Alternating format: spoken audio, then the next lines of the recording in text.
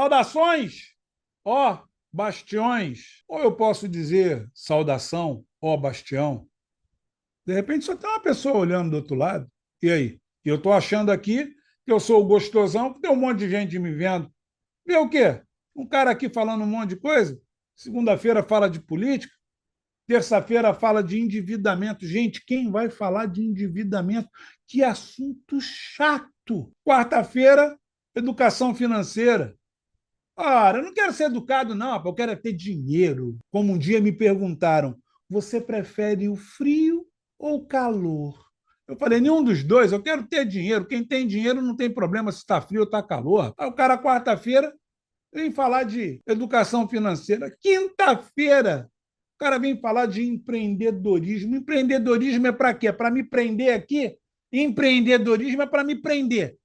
Para me fazer o quê? Trabalhar. E na sexta-feira, investimento. Eu não quero investir, eu quero gastar, meu amigo. Não é assim que todo mundo pensa? Pois é, está errado. É por isso que o Titio Arnaldo está aqui, para falar para vocês, cada dia da semana, uma vertente diferente. O canal está crescendo, está andando, às vezes até mais rápido do que a gente espera. Arnaldo Vergueiro, seu bastião que vos fala, nesta nave cada dia mais atribulada a respeito de uma vida tão complicada, tão complexa que nós estamos levando por conta da situação econômica do país. E aí, o papo de hoje, gente, é bem interessante. E vocês não fazem ideia. Sabe por quê? Porque hoje nós vamos falar sobre uma coisa que atinge, e muito, mas muita coisa, a nossa sociedade. E hoje nós vamos dar uma explicação sobre por que a classe média continua pobre. Aí as pessoas vão questionar, ué, mas a classe média está pobre mesmo ganhando bem. A classe média hoje, ela tem ali uma renda familiar bem mais interessante, mas ela não vive tão bem, ou pelo menos não vive como deveria viver. Ela vive o que ela vive, não o que ela deveria viver. E aí vocês vão falar, como assim, Arnaldo? Explica esse negócio direito. E aí eu vou explicar sobre a ilusão do status social. Olha o papo de ontem, do consumismo ali, da tríade, lembra do papo de ontem? Se não lembra, não viu o vídeo de ontem, dá uma olhada no vídeo de ontem, que vai começar a abrir os olhos em relação a isso.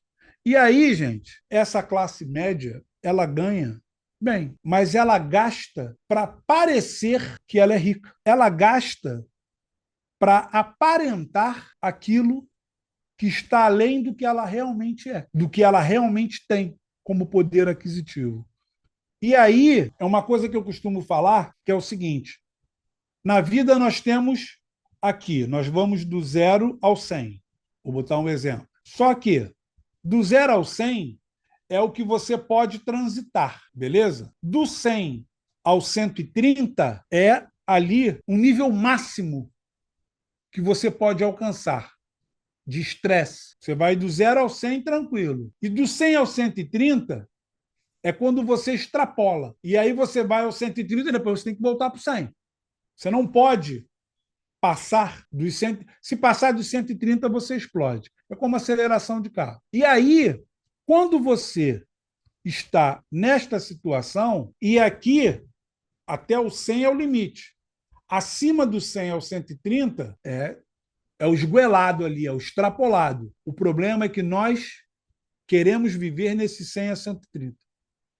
Não, nós temos que viver abaixo do 100, baseado neste exemplo que eu estou dando. E aí, a educação financeira está falando sobre este excesso. Quando você vive nessa faixa aqui dos 100 aos 130, você está ali numa sobrecarga absurda, é quando eu digo que a classe média ela está se dispondo a gastar muito mais do que o que ela realmente pode.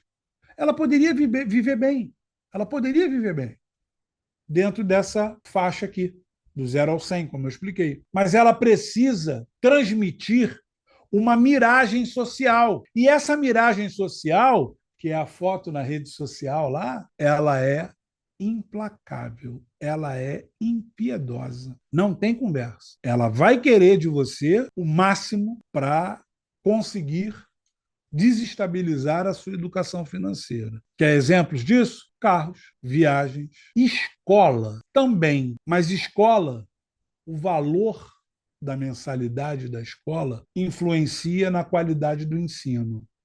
A escola, eu concordo também, mas eu dou um certo desconto só para a escola.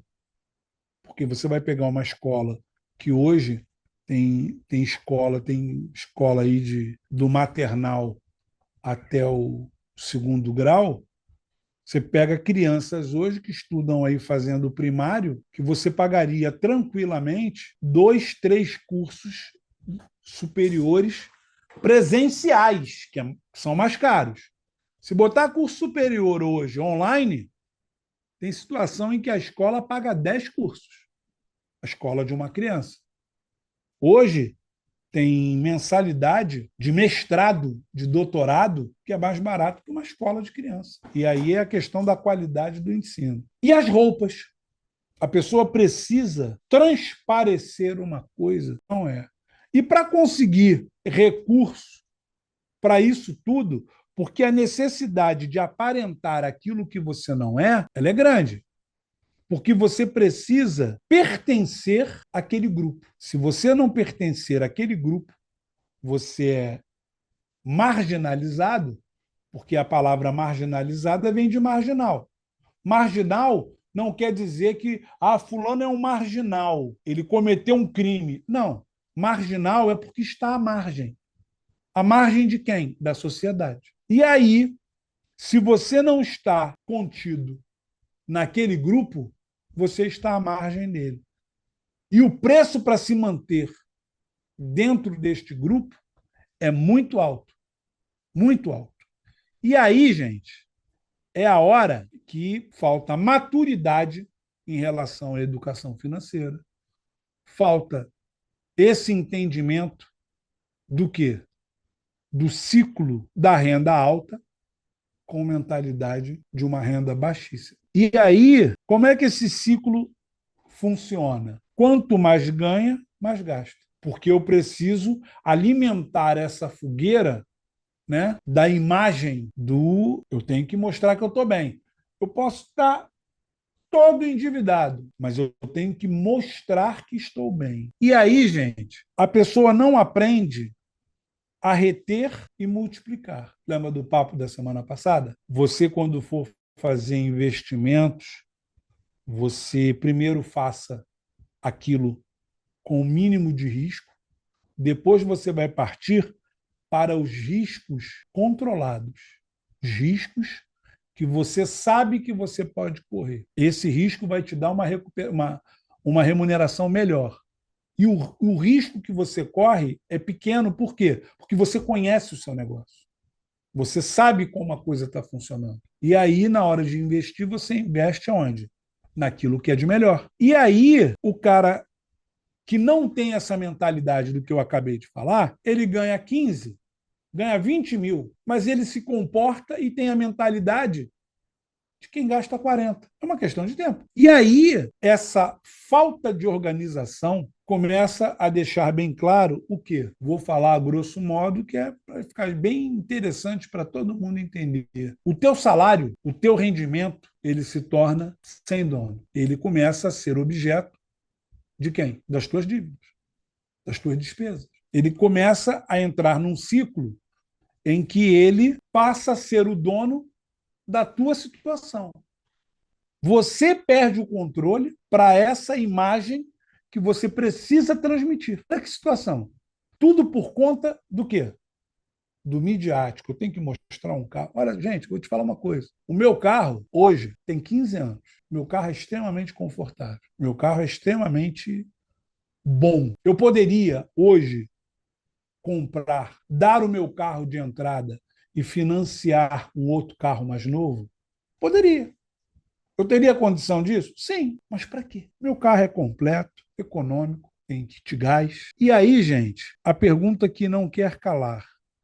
Neste exato momento, quando você entende basicamente o que é isso, é você observar que a necessidade de chamar atenção, correr para debaixo da luz é, no mínimo, desnecessário. E quando eu falo que você vira escravo da tua incompetência financeira, o seu rendimento vira um rendimento sem dono. Ele passa a pertencer a quem? As tuas dívidas, as tuas despesas. Porque você não tem um orçamento real que você possa seguir.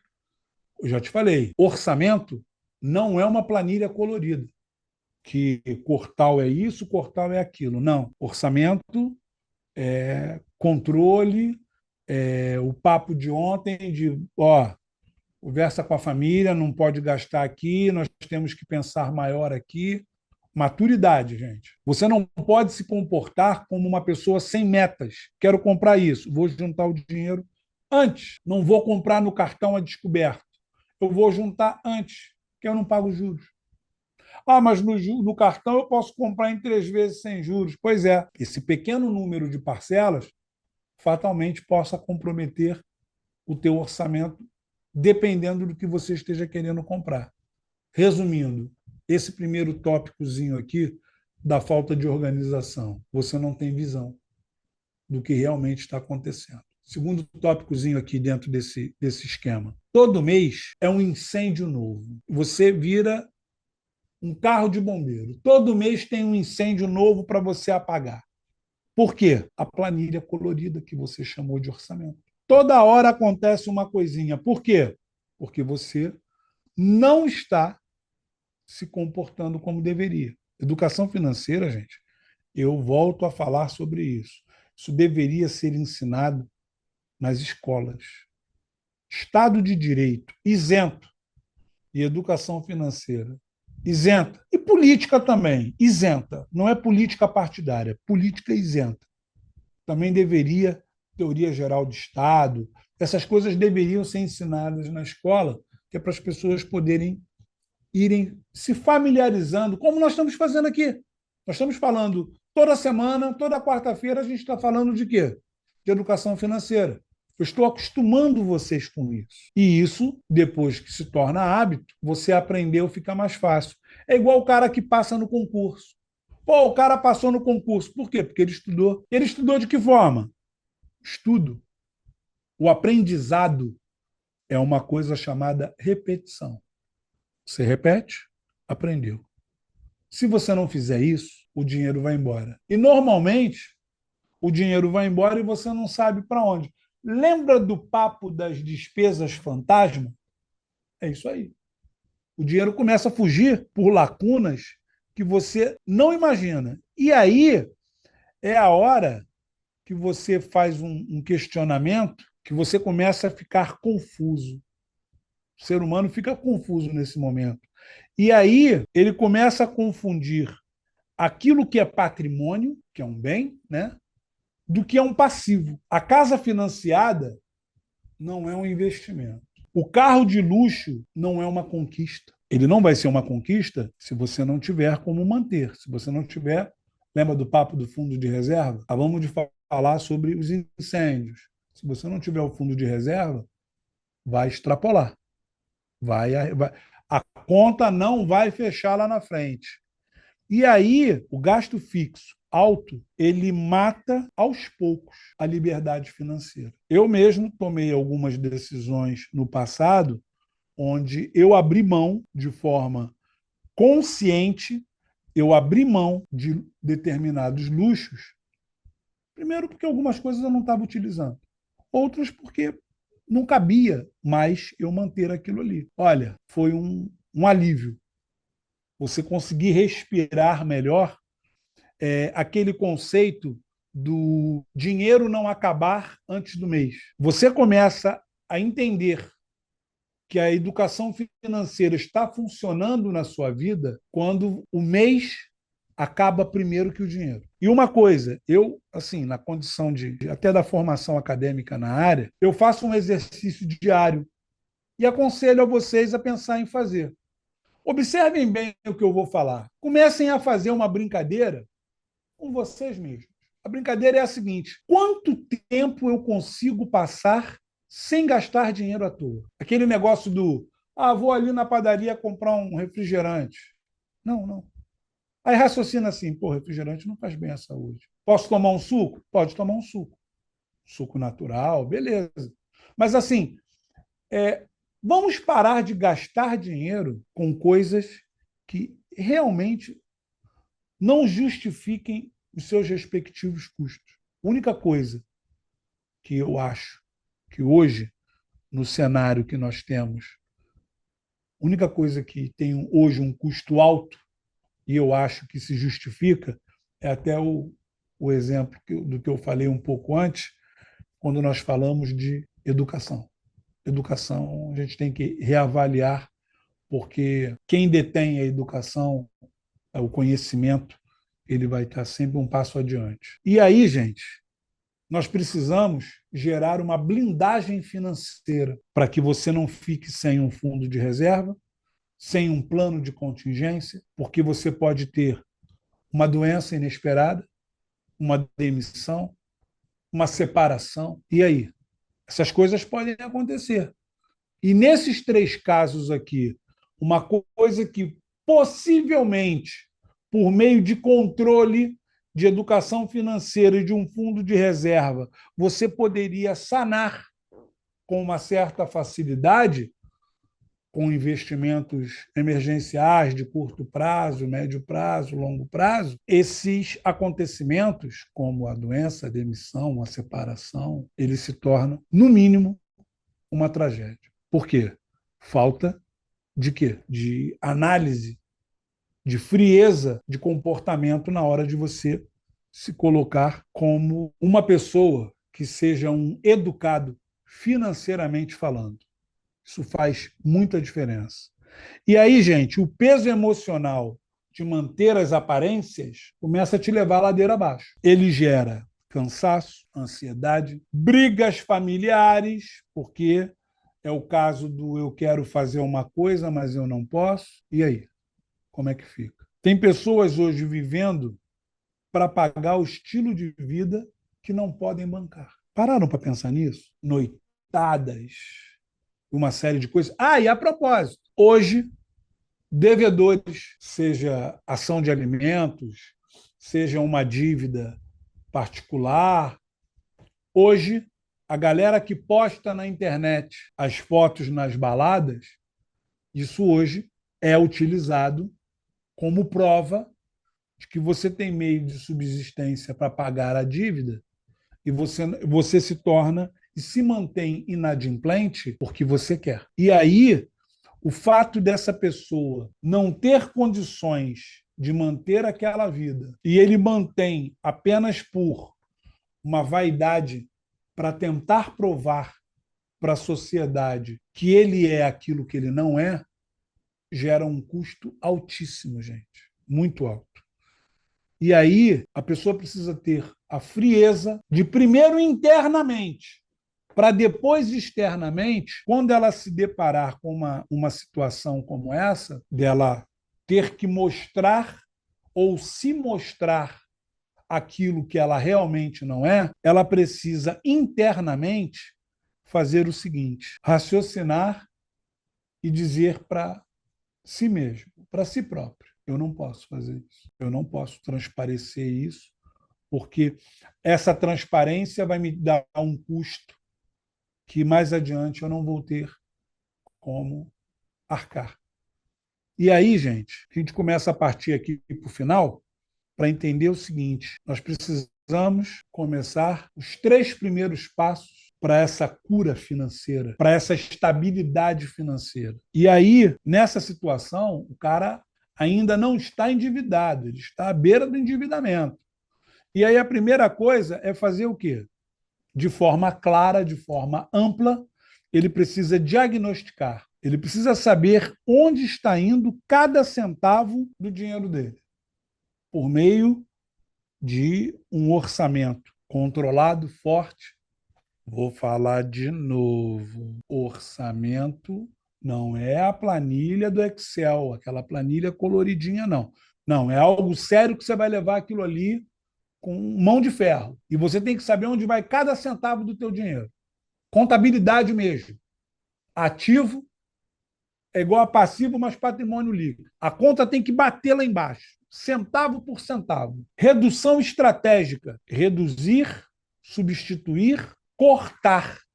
Se for o caso, primeiro a gente pensa na redução. Não deu. Substituição. Não deu. Tem que ir para o corte.